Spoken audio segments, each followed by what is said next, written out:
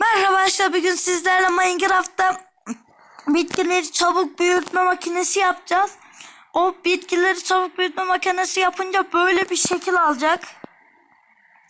Hemen şuradan aynı şekilde yapıyoruz. Malzemelerimiz bir adet. Şöyle alalım hemen. Biz direkt alalım arkadaşlar.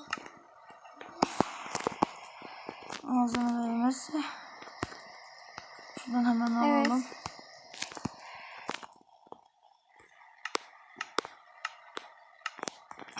Şunu alalım, daha iyi olur.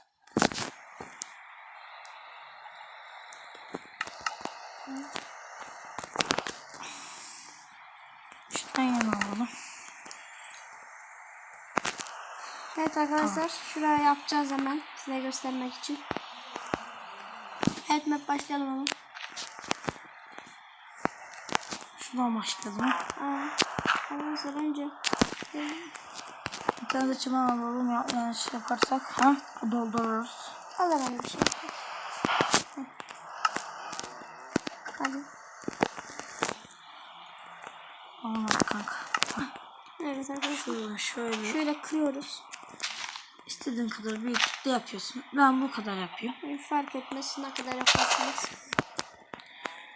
Sonra bunları böyle yapıyoruz.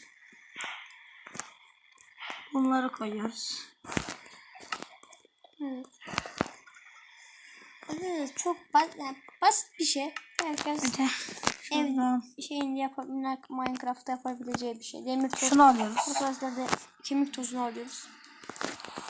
Böyle kemik tozunu. Hepsinin içine biraz kemik tozu yerleştiriyoruz. biz bir iki üç tane alalım. Biz biraz alalım tozu. arkadaşlar kemik tozunu. Yani yaptıktan sonra alalım ki diğerini o zaman yaparız ha. Evet. Şöyle oluyor. Burada var. Burada var. Evet arkadaşlar, böyle de gösterelim zaten size. Şuradan bir tane daha koyalım. Koyduk. Evet, oraya da yaptık. Şimdi hemen bunun üstüne bir tane, şunun üstüne şöyle olacak.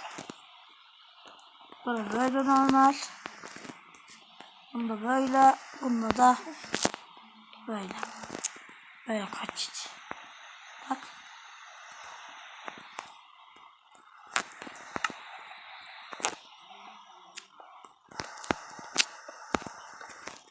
Evet, böyle. Böyle. Şunları şöyle götür.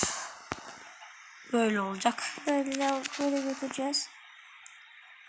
Bakın. Böyle yaptık. Arkadaşlar böyle yaptıktan sonra Hemen şuradan hemen oradan bir tane daha getireceğiz. koyuyoruz. O tarafa doğru. Evet, bir tane düğme almamız lazım şimdi. Yanlış koyduk Aldım. arkadaşlar. Bir düğme alacağız.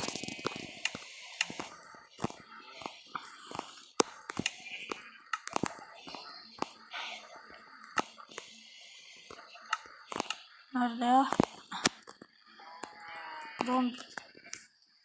Şuradan bir tane alalım. Evet, bir tane düğme alalım. Şuraya alalım. Evet, böyle yaptığımızda. Şimdi hepsine Arkadaşlar kemik tozundan kemik koyacağız. Bir 3 tane daha alalım. Kemik tozu. Gel hemen alalım elini. 1, 2, 3. Hemen. Şuradan bunu buraya. Buradan bunu buraya. Buradan da buraya koyarız. Koyuyoruz. Şuraya da bir su koyuyoruz. Şimdi su koyacağız. Şöyle su. Evet. Şöyle hemen yapalım. Şimdi oramızın arasına koyarak. Şimdi deneyelim bakalım nasıl olacak. Hemen şuradan bir bitki seçelim. Nasıl? Böyle alalım. Evet. Hemen çalıştıracağız bakalım nasıl oldu. İşte böyle oldu Evet arkadaşlar. arkadaşlar. Gördüğünüz gibi. Hemen Arkadaşlar kanalıma abone olmayı ve likelamayı unutmayın. Bu videomuzun da sonuna geldik. Hepinize hoşça